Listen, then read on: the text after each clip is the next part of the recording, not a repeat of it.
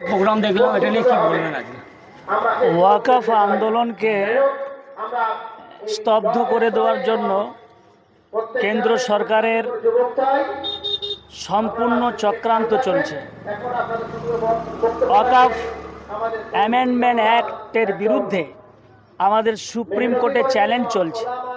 তারপরেও দেখতে পাচ্ছি যে কেন্দ্র সরকার কিভাবে সুপ্রিম কোর্টকে অমান্য করছে, সুপ্রিম কোর্টের বিচারপতিদেরকে ব্ল্যাকমেল করছে। বিভিন্ন বিচারপতির বিরুদ্ধে বিভিন্ন এজেন্সিকে লাগিয়ে দেওয়া হচ্ছে, যাতে এই আমাদের ওয়াকফ অ্যামেন্ডমেন্ট অ্যাক্টের বিরুদ্ধে যে আন্দোলনের রায়টা, সে রায়টা যেন সংখ্যালঘু সম্প্রদায়ের পক্ষে না আসে, তাই জন্য সুপ্রিম কোর্টের বিচারপতিদেরকে ব্ল্যাকমেল করা হচ্ছে। কোথায় তাদের আত্মীয় স্বজন কী দুর্নীতির মধ্যে আছে, সেই সমস্ত দুর্নীতি খুঁজে খুঁজে তাদের সামনে নিয়ে আসা হচ্ছে। যদি এই রায় হয় তাহলে তোমার এই আত্মীয় জেলে যাবে, তিহারে যাবে। এই ধরনের বিভিন্ন চক্রান্ত করে সুপ্রিম কোর্টের এই সমস্ত বিচারপতিদেরকে তাদের কণ্ঠস্বরকে স্তব্ধ করে দেওয়া হচ্ছে, ন্যায় বিচারের কণ্ঠকে রোধ করা হচ্ছে। কি কি ব্যবস্থা নিচ্ছেন এই প্রতিরোধকে করার জন্য? আন্দোলনটা কি ব্যবস্থা থাকছে?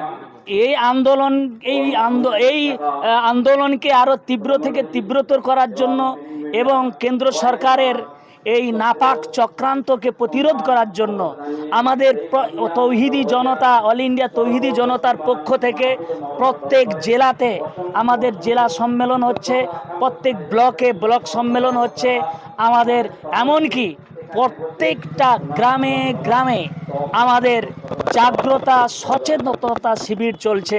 আগামী দিনে বর্ষাকাল পেরিয়ে যাবার পরে পরেই আমরা বৃহত্তর আন্দোলন, যে আন্দোলনের রূপ ভারতবর্ষের মানুষের আগে দেখেনি।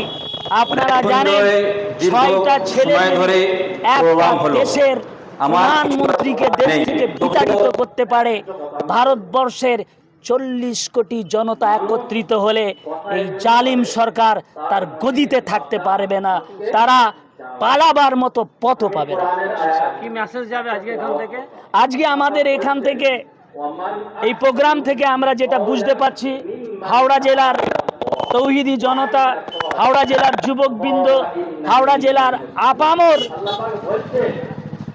আপনার মসজিদ প্রেমী, মাদ্রাসা প্রেমী, কবরস্থান প্রেমী, ঈদগাহ প্রেমী আর ওয়াকফ প্রেমী সকলেই যেভাবে জলোচ্ছ্বাস, যেভাবে সুনামির মতো মানুষ এখানে আসছে, তাদের যে একটা ঢেউ, তাদের যে ইচ্ছা বহিঃপ্রকাশ করেছে এখানে উপস্থিতির মাধ্যম দিয়ে, তাতে আমরা বুঝতে পারছি আগামী দিনে অল ইন্ডিয়া তৌহিদি জনতার পক্ষ থেকে আমরা একটা শক্তপোক্ত মোকাবিলা করতে পারবো।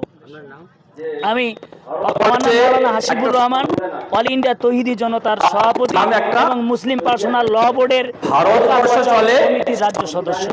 ইসলাম চলে শরিয়তে। হ্যাঁ, ভিন রাজ্যে আমাদের এটা বড় হতাশা।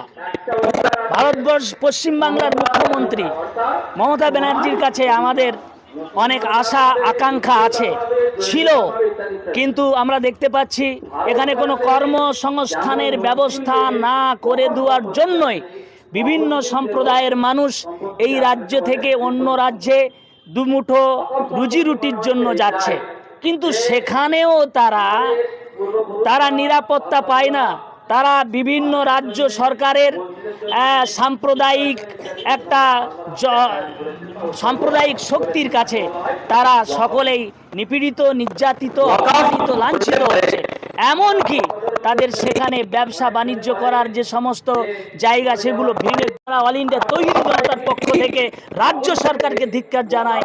কেননা রাজ্য সরকারের উচিত ছিল একটা প্রতিনিধি দল প্রত্যেক রাজ্যে পাঠানো, যেখানে যেখানে আমাদের হিন্দু সমাজের ভাই, মুসলিম সমাজের ভাই, মোট কথা পরিযায়ী শ্রমিক যারা গেছে, তাদেরকে সেখান থেকে ফিরিয়ে আনার জন্য কোনো ধরনের কোনো পদক্ষেপ নেয়নি।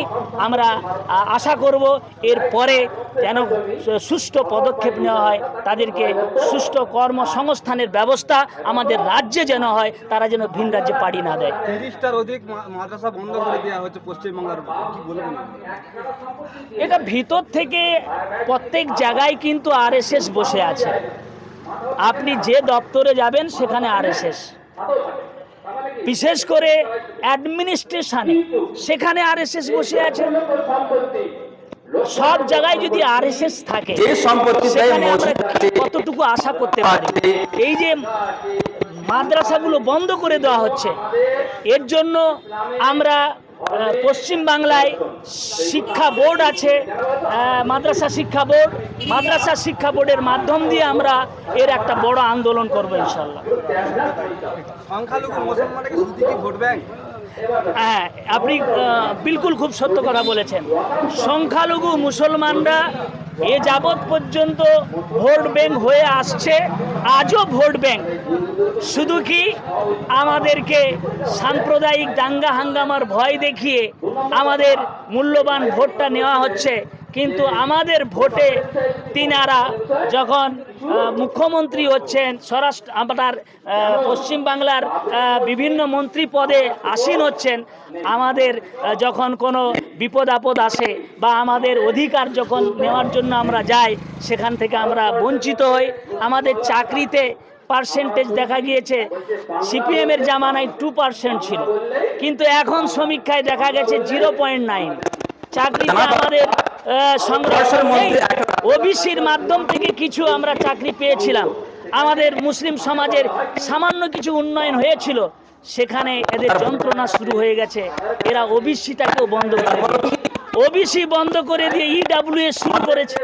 ইডাব্লিউএস শুরু করে দিয়ে তাতে এমন কলম দিয়েছে যেখানে কোনো মানুষ ইডাব্লিউএস এর আওতায় যাতে আসতে না পারে সেই ধরনের কলকাঠি, সেই ধরনের ষড়যন্ত্র করে ইডাব্লিউএস দিয়েছে, কিন্তু ইডাব্লিউএস এ গরিব মানুষ আসতে পারবে না এমন কলম সেখানে দিয়েছে।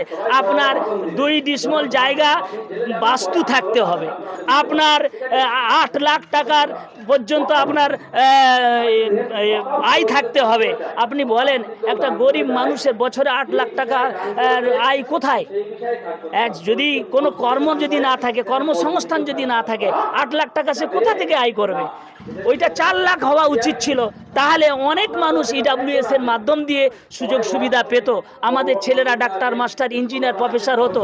আল আমিন মিশনের একটা বড় ধরনের ভূমিকা আছে, সেখান থেকে অনেক ডাক্তার বেরিয়ে আসছে, এটাও এদের সহ্য হয় না। এরা আরএসএস এর বিজেপির লোকেরা বলছে হাসপাতালগুলোতে মল্লা দিয়ে ভরিয়ে দেওয়া হচ্ছে। দেখা যাচ্ছে যে ডাক্তার যেখানে আমাদের 20% হওয়ার কথা, সেখানে আমাদের মুসলিম ডাক্তার হচ্ছে মাত্র 6%। এটাও আরএসএস এর সহ্য হচ্ছে না, এটাও বিজেপির সহ্য হচ্ছে না। বর্ধমানে আমার মিশনের বিশাল ভূমিকা আছে, অন্যান্য মিশনের বিশাল ভূমিকা আছে, তার মাধ্যম দিয়ে তারা তাদের যোগ্যতার মাধ্যমে ডাক্তার হচ্ছে, কিন্তু আরএসএস বলছে হসপিটাল ভরে দেওয়া হচ্ছে। এগুলো দুঃখের বিষয়, এগুলো যন্ত্রণার বিষয়। বিজেপি শাসিত রাজ্যগুলো তো পরিযায়ী শ্রমিকদের উপরে এত অত্যাচার হচ্ছে, কিসের জন্য? কি বলবেন আপনি?